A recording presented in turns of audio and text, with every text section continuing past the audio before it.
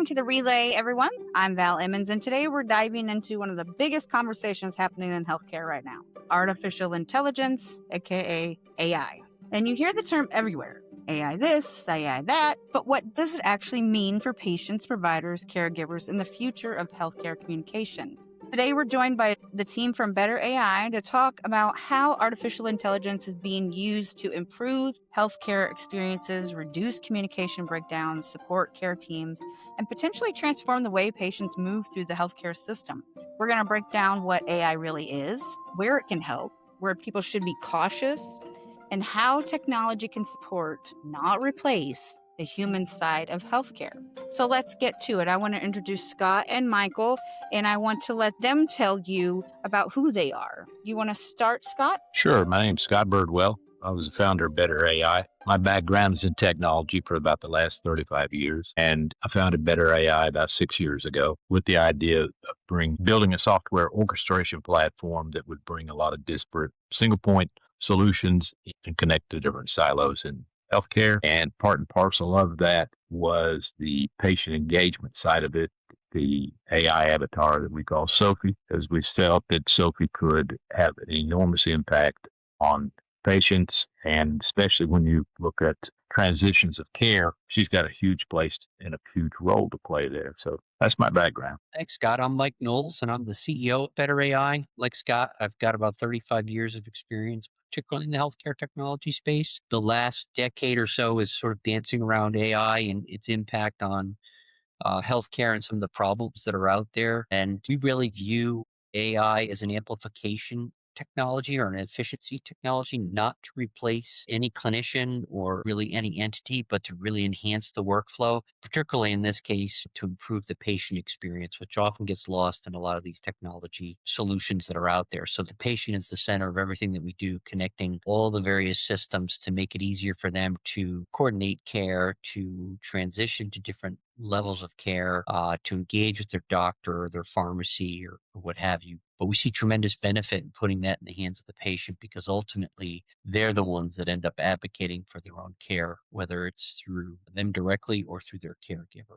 So we look forward to joining you today, Val, and discussing why we think Bettr AI and where healthcare is going with a lot of this technology. Fantastic. So, first of all, for people hearing about Bettr AI for the first time, Scott, you and I talked a little bit before the show started about what problem you were trying to solve when you created it. And I found that fascinating. Do you want to tell everyone how you kind of came up with this idea? Sure. We had exited some technology investments that we'd built up, looking for something to do. All of us were in our late 50s. So every Monday we'd come in and we'd listen to the horror stories of our grandparents or parents or in-laws, the experiences that they'd had in the healthcare system and with their health the weekend before. And as you talk through those issues, it was really obvious that in every one of them, technology could have been deployed to solve or eliminate a problem that occurred that previous weekend. And, there was one guy in there, and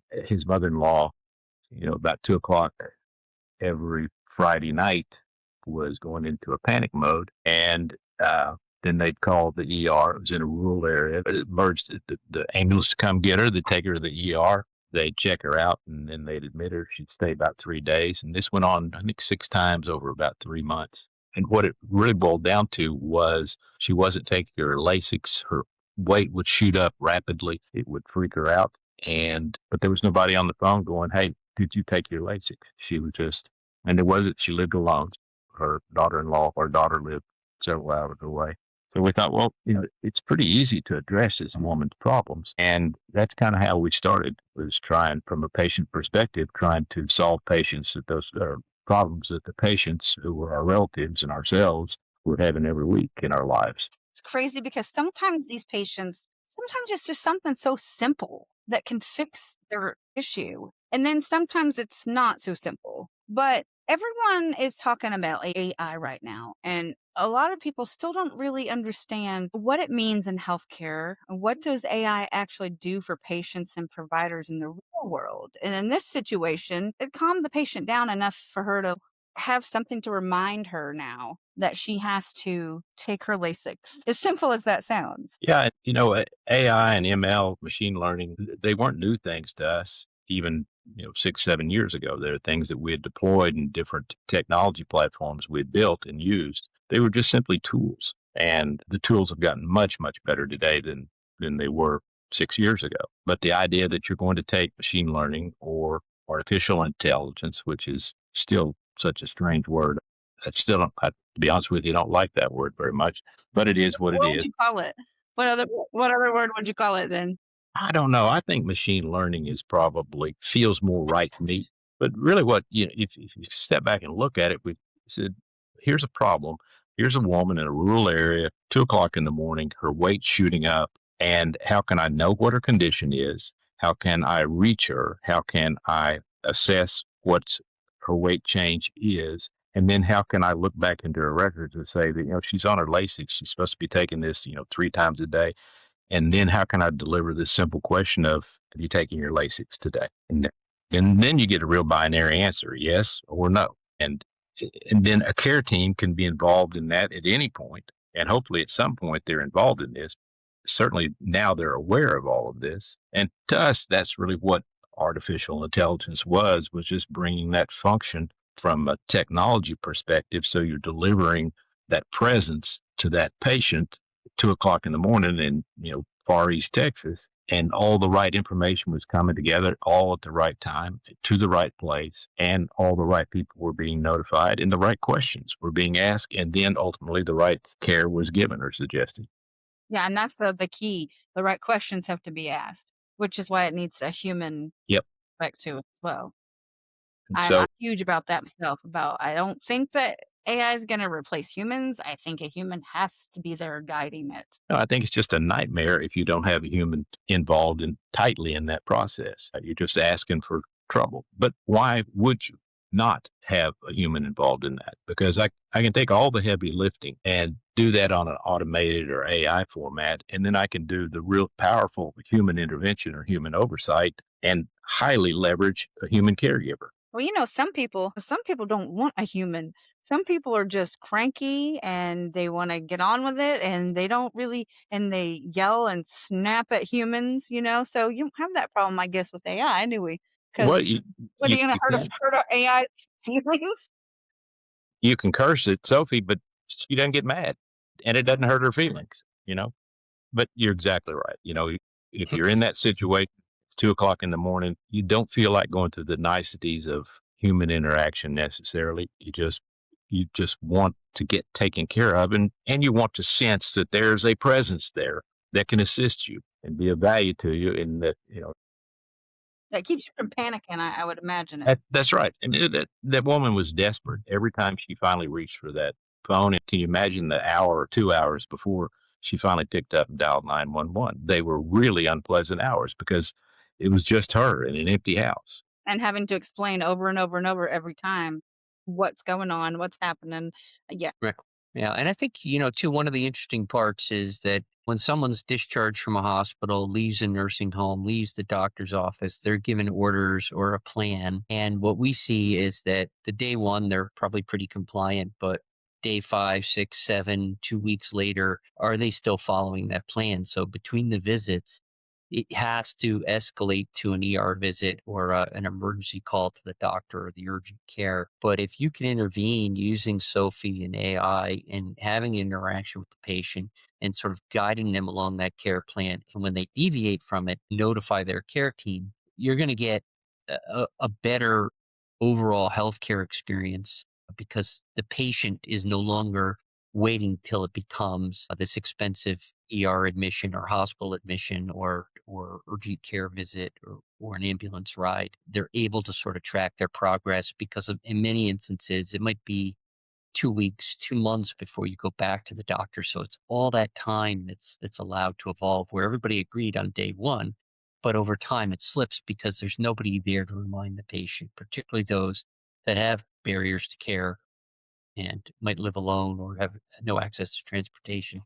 So it's really addressing all of those types of things. And it's one patient at a time. There's no two situations that are the same. And I think AI gives you the flexibility for that, where a lot of programs were written by these very strict rules, and anybody that fell outside of that was sort of left behind, where this gives us that flexibility to engage the patient where they are, allow them to track what they want to track, but more importantly, get those insights and details back into their care team so they can see the patient going from a just starting to have trouble before it becomes an ER visit, so they can intervene when it makes sense versus waiting till that emergency situation, if that makes sense. So, if you guys had to explain Better AI to a patient and family member in one sentence, or maybe an elevator pitch, what would you? How would? So I would say everybody today has an iPhone. Sophie sits on your iPhone and she becomes your personal health assistant. We use next generation AI to interact with the patient. She'll speak in 8 different languages. She'll deliver all the pieces of your care plan directly to you. You can talk to her.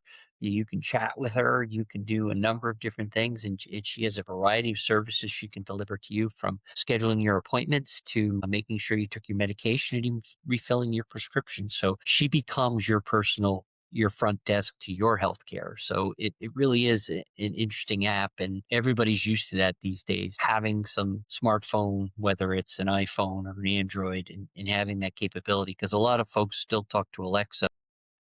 But Sophie, I think, goes a level deeper because she understands your care and is connected to your care team. So, how can that help prevent patients like the woman that we were just talking about? How can that AI help prevent the patient from falling through the crack after So, discharge, or in between their doctor's visits? if you look at it, the first 7 to 30 days after discharge, it's an incredibly vulnerable period for patients. So the patients commonly forget medication changes, miss appointments, fail to understand discharge instructions. They become anxious or isolated, and they experience worsening symptoms without reporting them.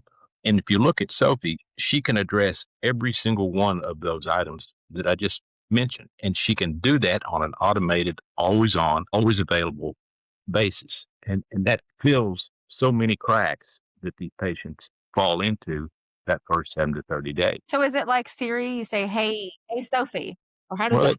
Tell me, yeah, walk but me through how does it work? it's like Siri, but it's proactive. She's out there.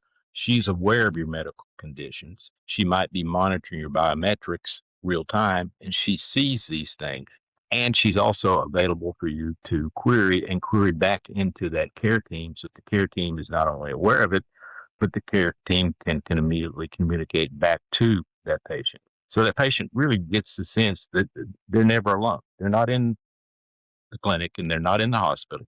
They may be at home alone, but they don't feel anymore that they're alone because Sophie is there with them to handle these very specific healthcare issues that are going to be relative to whatever her discharge conditions were. So, how do you see Sophie improving communication between hospitals, pharmacists, case managers, and caregivers? So that's like, keeping everybody in the loop. How do you see that happening? Now, how do we make sure that the right information by each one of those is put into Sophie so Sophie can be addressing the right things? Yeah, that's a good point, because I think what has to happen is their care team has to have all of those orders in there, and that generates the care plan. So it's a clinically delivered care plan that has to connect all of those various parties. But ultimately, what Sophie does, she'll say to you today, "Hey, Val, don't forget you've got medications to take at 9 a.m., at noon, and at 5 o'clock. And did you take those?" And if you say yes, obviously, that's registered, it's logged with your care team. If you say no, she's going to find out why not. But if trends start to develop, alerts go out to your care team so they can intervene quicker. Connecting the entire spectrum is the ideal state. It's not always the case. You could have, most of your care in an integrated delivery network, and then the next county over is a completely different disjointed system. So how do you get to share data with that system? And that's through some of the EHR integration that Sophie can do as well, by pushing data back to the care team and then ultimately back to the end state EHRs as well. So it's not a simple process because it's a really complex ecosystem. But what Sophie does is that point of receipt and integration for the patient's behavior, and that flows to the care team, and then that can flow further out to the to the broader audience that you mentioned. So is that perfect? No, but it's better than it is today, where that's done by fax, or they're relying on you to report that to them when you go see that doctor. So we do try to provide and understand the connected ecosystem, but also understand that it's not a perfect world out there. So there's a number of instances where we have to do different things. So how that makes your job a lot harder, I suppose, whenever all these different EHR systems aren't communicating, and that makes, the care team's job extremely difficult. So I assume Sophie can help with that a little bit. Well, yeah, she does. I mean, she helps with it quite a bit. So, we've got one use case where in a rural area, we've got well over 100 kidney patients that suffer from chronic kidney disease. And Sophie's tracking their weight, tracking any other remote blood pressure, and any other data for their care plan, and reporting that back on a regular basis. Because the important part of kidney disease is not to have it progress. So that care team wants to intervene as soon as possible, and they're going to watch those trends. And the care team has it's a completely unified platform where all the data, all the Sophie data is stored under that patient record. So the care team gets alerted based on different thresholds as well. So it is not just a single source at the patient side. It actually reports back into their care team and provides the necessary alerts. So do you also believe that AI can help maybe with the overworked and tired and burnout healthcare professionals, like help them save time without, losing that human touch because Sophie can do some work that they don't have to do anymore? Sure. Let me give kind of an example on this. Sophie essentially can act as a continuous digital companion. And so if I took these tasks, if I said, all right, daily or ongoing check ins, medication reminders and reinforcement, symptom monitoring, education in plain language, wellness encouragement, escalation when something appears wrong, reinforcement of provider care plans. If I took all those different items, a human can do all those items, or Sophie can do all those items. So all those items can be done multiple times in a day, all by Sophie, which eliminates the burden on that care team to have to do those things. And what typically happens, as you know, is those things just don't get done because of resource limitations. Sophie fills that gap of resource limitation by being able to functionally perform all those tasks with that patient on an automated basis, 7 by 24. And so a human doesn't have to do those things that can be done by Sophie. Therefore, that frees that human staff up to do much more of the top of their license kind of activities where they're really valuable. Yeah, that makes a lot of sense. Let's talk about something that a lot of folks are having an issue with right now, and that is public trust. A lot of people hear AI in healthcare and they immediately get nervous. What are the biggest misconceptions that you hear? Should patients be concerned about their privacy with the AI tools in healthcare? Because, as you said, Sophie tracks all of your things in the background while you're not even aware of it. So, should we be concerned about that in any way? And You where know, should the line be drawn? I guess I'm saying, where should the line between technology and helping human interaction, where should that line and safeguards be? Yeah, I mean, it's a really good question. And Mike may have kind of a different view on this, but from a patient and from a privacy perspective, I'm a patient. And if Sophie has data, that means somebody else already has that data. So Sophie isn't making up things. She's getting it from an EHR or multiple EHRs or claims data. So it's known data now. And so I should feel safe, and I do feel safe with that. Sophie's not going out to the World Wide Web and with my information and tossing it around out there. And so I think that there is a high level of security with the data that is already known. And so I don't think that the patient should be concerned about the privacy issues. In fact, here's you got a patient and they see multiple specialists, which means they're probably on multiple EHR systems. And they got some data over here in X system and some in Y and some in Z. And what Sophie does is she's going to access all of that data and have that for the patient. So it's that patient's data, but instead of being in disparate places, it's all at that patient's fingertips for their benefit. I think people see that, this is my patient app. It's not some EHR's patient app, and it's not one particular specialist information. It's all the information, and it's all about me, and that's mine, and I've got it, and I've got control over it. Mike, you got any thoughts on Val's Yeah, I question? mean, I think you nailed it. The patient controls access to their data first, last, and always. Are there always going to be concerns of that data leakage? Yeah, but I think that, Sophie's extremely secure because it is connected to that unified platform. So there is a control of the data stream, but that doesn't mean there's not, there's faxes going around that about that patient buying between practices today. So I think anyone that's entered the healthcare system, wants to be rest assured that their data is being managed and protected. But at the same time, they do understand that you have to open that up a little bit to gain some efficiencies. As long as they can control that and consent to that, I think we're ahead of the game there. But it is pretty well guardrailed against leakage because of that patient control. Yeah, because like people, you get those horrible emails every now and then from places like AT&T. Your data has been breached. And that's just your phone number, but it also ties to other things that you're not aware of. So I understand how people can get, you know, but I love that y'all make a good valid point. Your data's still sitting in all of these different places, and those places could get accessed and breached just as easier probably. And they have been in Correct. the past. I because you get those emails sometimes too. Yeah. Better AI is HIPAA compliant. We're SOC 2 compliant, and we're in process for high trust. All the communications are encrypted.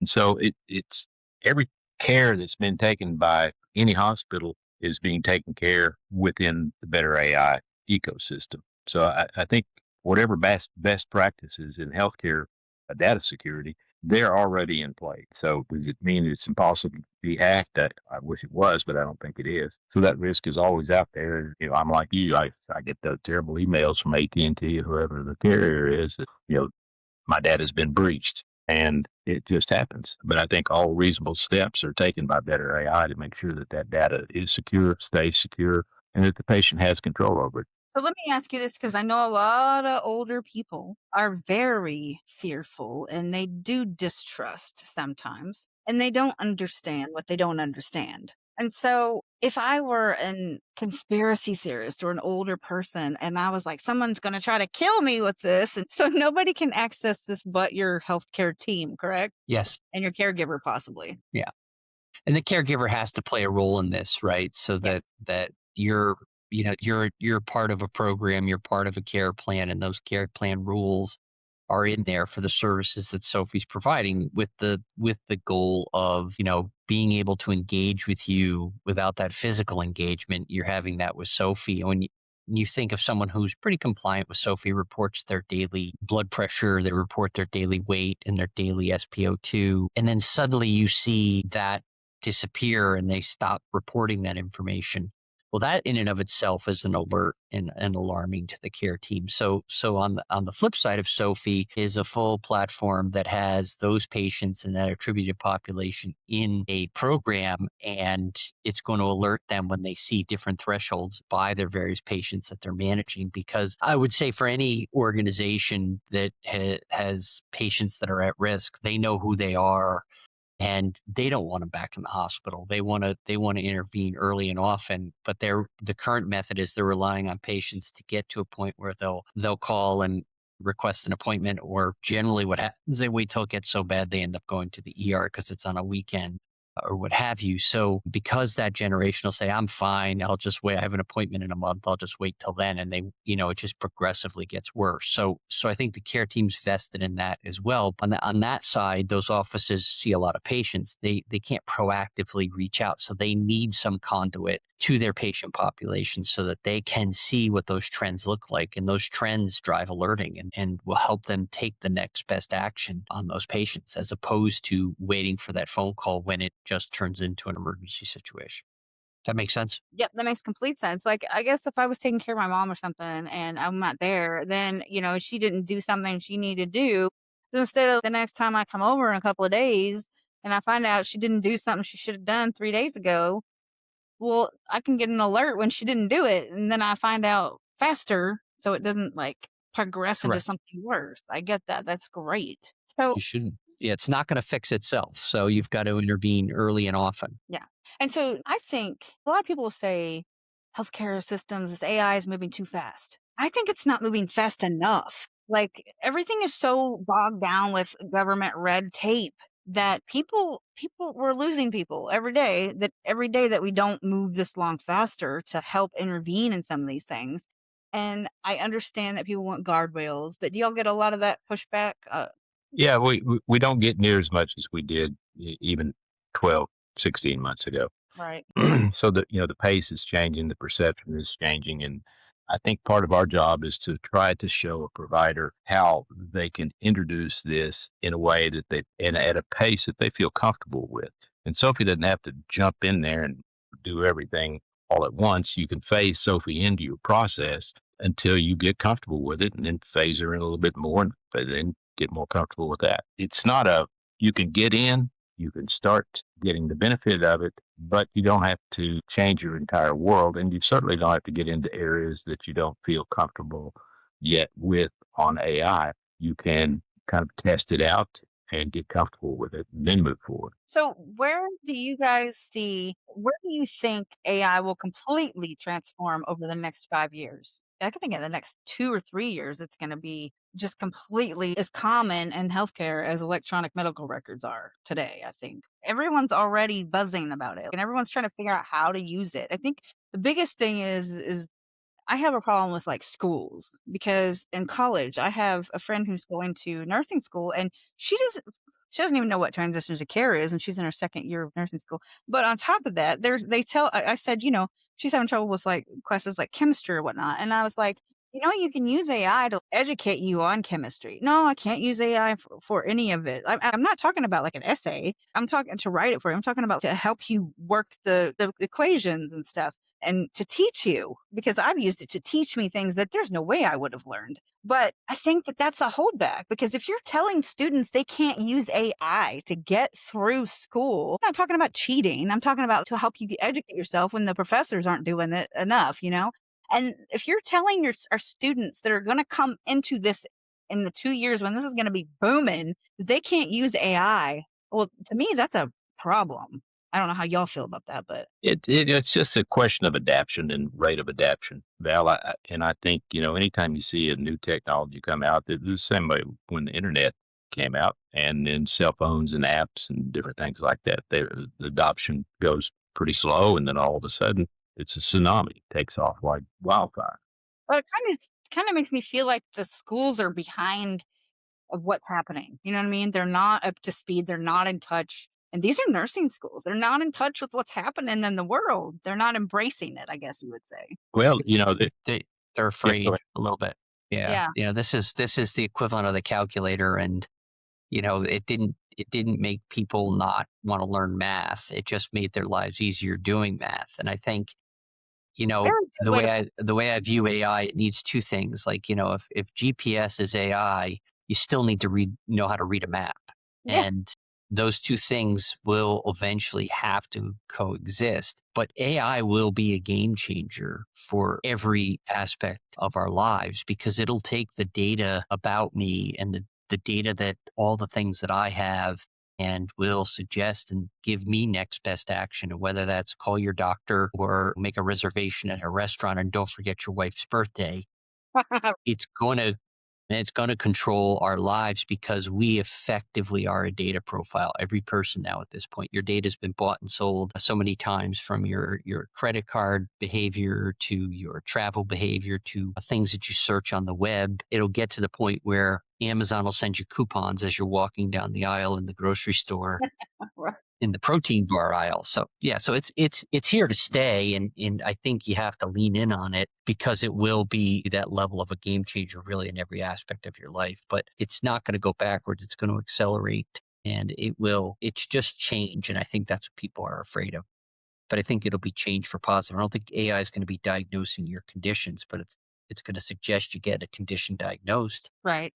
So, what excites you most about where healthcare technology is headed right now? I think we now can use the technology available to get it in the patient's hands and make it simple for them. Simple, secure, compliant, all the things that you need to have, because the patient is largely forgotten in the technology play. There's a lot of barriers to them using the technology. We spend a lot of time and effort on improving technology on the caregiver side, but we haven't spent a lot of time improving the technology and the interaction and the capabilities for the patient, who ultimately, all of us are patients. Not all of us are doctors, not all of us are nurses, but all of us are patients.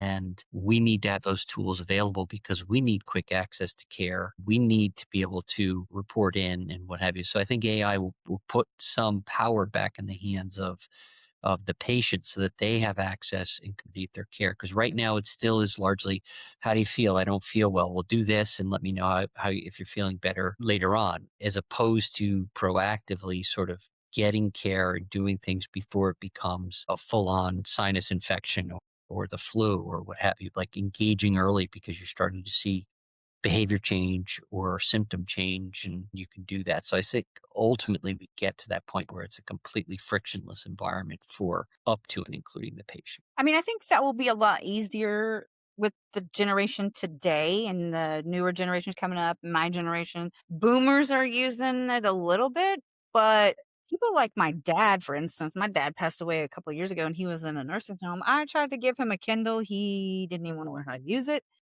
He learned how to watch he knows how to watch television, and that was it, and turn on the radio. He did not want to use a computer, and I'm sorry, but if I was in a nursing home for a long period of time, which he was immobile, and that's where he chose he wanted to be. But these things could have helped me get through that, but he wanted nothing to do with it. And to me, that's a lot of the people his age, and he was in the 70s, that they just don't want to embrace this. So how do we help them whenever we're going to be moving towards this over here, and they're still stuck without using those kind of things? Absolutely, but their caregivers or their care team, which is usually a child or a relative or even a visiting nurse or what have you, can have access to that. And I also think too, when you stratify any patient population, you have ones that have a high propensity to engage, regardless of age, and that can go down. You have folks that are very hands off in their 20s and folks that are very hands on in their 70s. I think in this initial sort of change, as we start to see this shift, is engage with the ones that you can now, because that's sort of the low hanging fruit that's out there that you can make a difference on. And if you make a difference on those, then it's easier to go to the next subset and so on and so forth. But there will always be uh, a percentage of any population of patients that is going to not engage. I mean, that's just sort of the facts of the numbers. We make it easier to engage, so maybe you can engage a percentage of those that prior to this have never engaged, and that's going to have a significant impact as well. But I think you're right. There are always going to be ones that it's just really hard to get them to engage. But if you can make sort of simple things, particularly get that in the hands of their caregiver, who is in many instances already connected to their MyChart or what have you, they can help, and it makes their lives easier because they can do it from their phone and report those things without having to talk to somebody or what have you. So if I went to see one of my parents and they weren't reporting their blood pressure, I could get it, or their blood sugar, I could get it and report it up to their doctor and find out that they're not doing what they're supposed to. I can reach in and schedule an appointment for them. So I think if you remove some of the friction, you're going to see incremental changes with that population. But I agree with you. I don't think this is a silver bullet for everything. There's always going to be resistance to change. And that generation particularly thinks that the doctors will just reach out to them and they all talk to each other. And what they don't really realize is that the day you show up is the day they look at your chart. And Yeah, that's 5 minutes before they walk into the room. 5 seconds And after before. after you leave, they're not going to think about you till you show back up again. But there is that perception that they're sitting at home at night going, "Boy, I wonder what happened to Mike today." They And just it just can't do doesn't. that. They have so many Yeah, patients, it's impossible. it's And impossible. so, yeah, and so what advice would you give healthcare leaders who are intimidated by AI and don't know where to start? And also in that, what advice would you give to legislators to help you make their healthcare leaders' jobs easier? Like, what kind of regulations could they loosen up a little bit that aren't going to hurt people, but will help you? I think one of the biggest changes was in telehealth. COVID came around, telehealth was out there. It wasn't much of a thing at all, and now it's Let me pretty. just tell you, I'm going to toot my horn. I'm going to toot my horn right now because I was with CMSA, Case Management Society of America, and I did lobbying and government affairs with them for 10 years pushing telehealth. We went to Congress, we went to the Hill every year. We took pamphlets, we talked to them about telehealth, and then COVID rolled around and boom, they pulled the pamphlet out of the drawers that we'd been shoving on them all those years, and they knew what we were talking about. Yeah. I mean, sometimes it takes a while. I think, the cost structures and the labor shortage issues in healthcare are big, enormous drivers for technology adoption. And I think the best thing the legislatures can do is kind of stay out of the way because typically they don't really understand technology. I think if they'll let industry police itself, the bigger players in that industry, everyone knows what the problems are. Everyone knows what danger looks like.